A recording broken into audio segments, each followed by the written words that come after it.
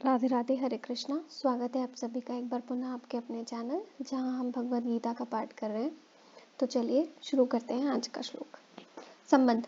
गीता अपनी शैली के अनुसार पहले प्रस्तुत विषय का विवेचन करती है, फिर करने से लाभ और न करने से हानि बताती है।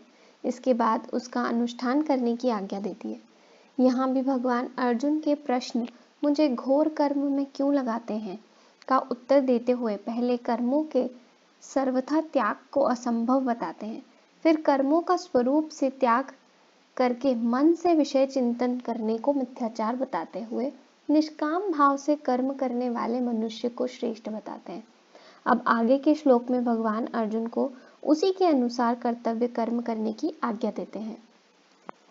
नियतं कुरु कर्म त्वं कर्म ज्यायो ह्यकर्मणः शरीर यात्रापि च तेन प्रसिद्ध येद कर्मणः। व्याख्या। शास्त्रों में विहित तथा नियत दो प्रकार के कर्मों को करने की आज्ञा दी गई है। विहित कर्म का तात्पर्य है सामान्य रूप से शास्त्रों में बताया हुआ आज्ञा रूप कर्म, जैसे व्रत, उपवास, उपासना आदि। इन विहित कर्मों को संपूर्ण रूप से करना एक व्यक्ति के लिए कठिन है, परंतु निषिद्ध कर्मों का त्याग करना सुगम है। विहित कर्म को न कर सकने में उतना दोष नहीं जितना निषिद्ध कर्म का त्याग करने में लाभ है, जैसे झूठ न बोलना, चोरी न करना, हिंसा न करना इत्यादि। निषिद्ध कर्मों का त्याग होने से विहित कर्म स्वतः होने लगते हैं। नियत कर्म का तात्पर्य है वर्ण, आश्रम, स्वभाव और एवं परिस्थिति के अनुसार प्राप्त कर्तव्य कर्म, जैसे भोजन करना, व्यापार करना, मकान बनवाना, मार्ग भूले हुए व्यक्ति को मार्ग दिखाना आदि। कर्मयोग की दृष्टि से जो वर्ण धर्मानुकूल शास्त्र विहित कर्तव्य कर्म प्राप्त हो जाए, चाहे वह घोर हो या सौम्य, नियत कर्म ही है। यहाँ नियतम कुरु कर्म पद से भगवान अर्जुन से यह कहते हैं कि क्षत्रिय होने के नाते अपने वर्ण धर्म के अनुसार परिस्थिति से प्राप्त युद्ध करना तेरा स्वाभाविक कर्म है। क्षत्रिय के लिए युद्ध रूप हिंसात्मक कर्म घोर दिखते हुए भी वस्तुतः घोर नहीं है, प्रत्युत उसके लिए वह नियत कर्म ही है। दूसरे अध्याय में भगवान ने कहा है कि स्वधर्म की दृष्टि से भी युद्ध करना तेरे लिए नियत कर्म है। स्वधर्ममपि चावेक्ष्य न विकम्पितुर्महसि। वास्तव में तो सर्वधर्म और नियत कर्म दोनों एक ही हैं। यद्यपि दुर्योधन आदि के लिए भी युद्ध वर्ण धर्म के अनुसार प्राप्त कर्म है, तथापि वह अन्याय युक्त होने के कारण नियत कर्म से अलग है, क्योंकि वे युद्ध करके अन्याय पूर्वक राज्य छीनना चाहते हैं। अतः उनके लिए यह युद्ध नियत तथा धर्म युक्त कर्म नहीं है। कर्म ज्यायो या कर्मणा, इसी अध्याय के पहले श्लोक में अर्जुन के प्रश्न में आए हुए ज्यायसी पद का उत्तर भगवान यहाँ ज्यायः पद से दे रहे हैं। वहाँ अर्जुन का प्रश्न है कि यदि आपको कर्म की अपेक्षा ज्ञान श्रेष्ठ मान्य है तो मुझे घोर कर्म में क्यों लगाते हैं। इसके उत्तर में यहाँ भगवान कहते हैं कि कर्म न करने की अपेक्षा कर्म करना ही मुझे श्रेष्ठ मान्य है। इस प्रकार अर्जुन का विचार युद्ध रूप घोर कर्म से निवृत्त होने का है और भगवान का विचार अर्जुन को युद्ध रूप नियत कर्म में प्रवृत्त कराने का है।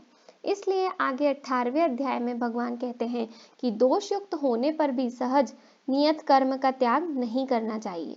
सहजम कर्म कौन्तेय सदोषमपि न त्यजेत, कारण कि इसके त्याग से दोष लगता है एवं कर्मों के साथ अपना संबंध भी बना रहता है। अतः कर्म का त्याग करने की अपेक्षा नियत कर्म करना ही श्रेष्ठ है।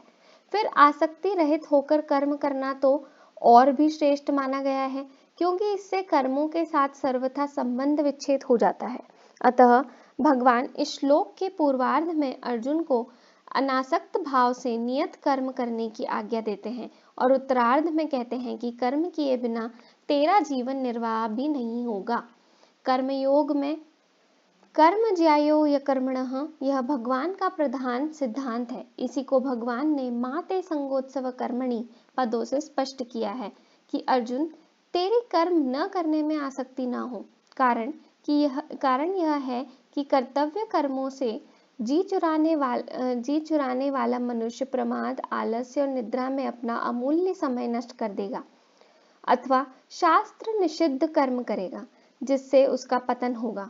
स्वरूप से कर्मों का त्याग करने की अपेक्षा कर्म करते हुए कर्मों से संबंध विच्छेद करना श्रेष्ठ है, कारण कि कामना, वासना, फलासक्ति, पक्षपात आदि ही कर्मों से संबंध जोड़ देते हैं, चाहे मनुष्य कर्म करे अथवा न करे। कामना आदि के त्याग का उद्देश्य रखकर कर्म योग का आचरण करने से कामना आदि का त्याग बड़ी सुगमता से हो जाता है। शरीर यात्रापि चतेन न प्रसिद्ध येद कर्मणः। अर्जुन के मन में ऐसा भाव उत्पन्न हो गया था कि अगर कर्म ही न करे तो कर्मों से स्वतः संबंध विच्छेद हो जाएगा। इसलिए भगवान नाना प्रकार की युक्तियों द्वारा उनको कर्म करने के लिए प्रेरित करते हैं। उन्हीं युक्तियों में से एक युक्ति का वर्णन करते हुए भगवान कहते हैं कि हे अर्जुन, तुम्हें कर्म तो करना ही पड़ेंगे, अन्य की बात ही क्या है। कर्म किए बिना तेरा शरीर निर्वाह भी असंभव हो जाएगा।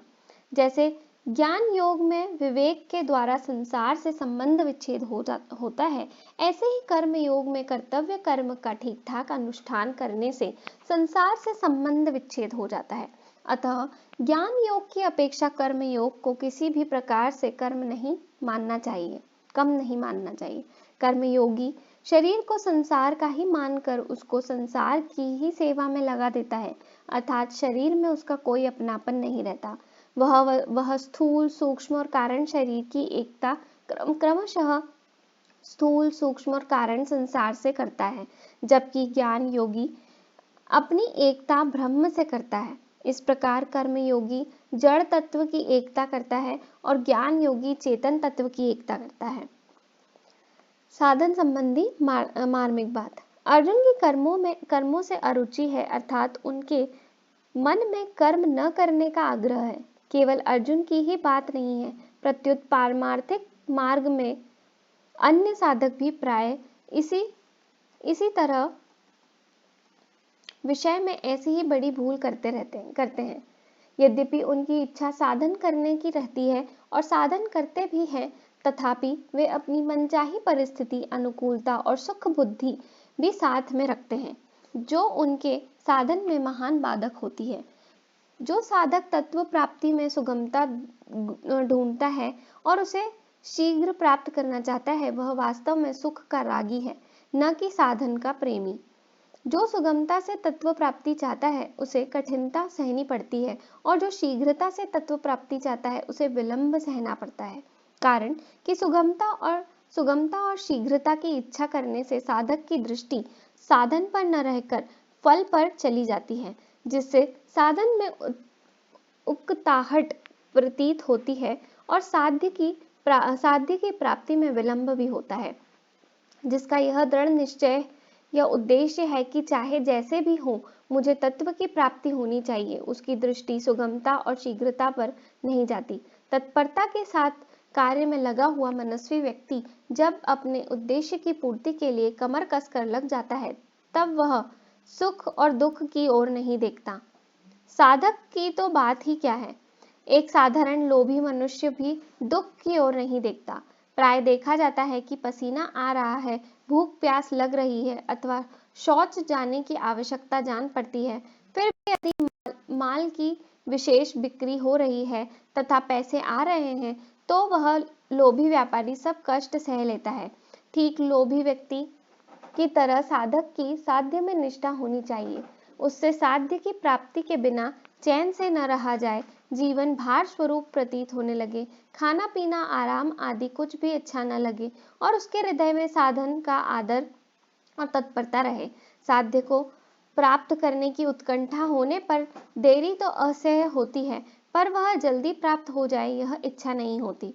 उत्कंठा दूसरी बात है एवं शीघ्र मिलने की इच्छा दूसरी बात है। आसक्ति पूर्वक साधन करने वाला साधक साधन में सुख भोग करता है और उसमें विलंब या बाधा लगने से उसे क्रोध आता है एवं वह साधन में दोष दृष्टि करता है। परंतु आदर और प्रेम पूर्वक साधन करने वाला साधक साधन में विलंब या बाधा लगने पर आर्त भाव से रोने लगता है और उसकी उत्कंठा और तेजी से बढ़ जाती है।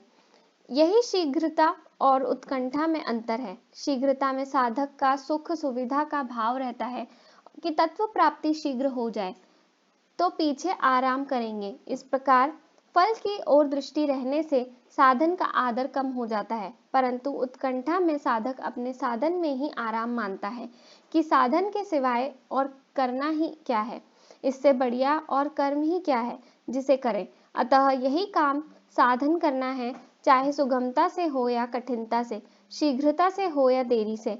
इसलिए उसकी पूरी शक्ति साधन में लग जाती है, जिससे उसको शीघ्रता से तत्व प्राप्ति हो जाती है। परंतु शीघ्रता से सिद्धि होना चाहने वाला साधक साध्य की प्राप्ति में देरी होने पर निराश भी हो सकता है।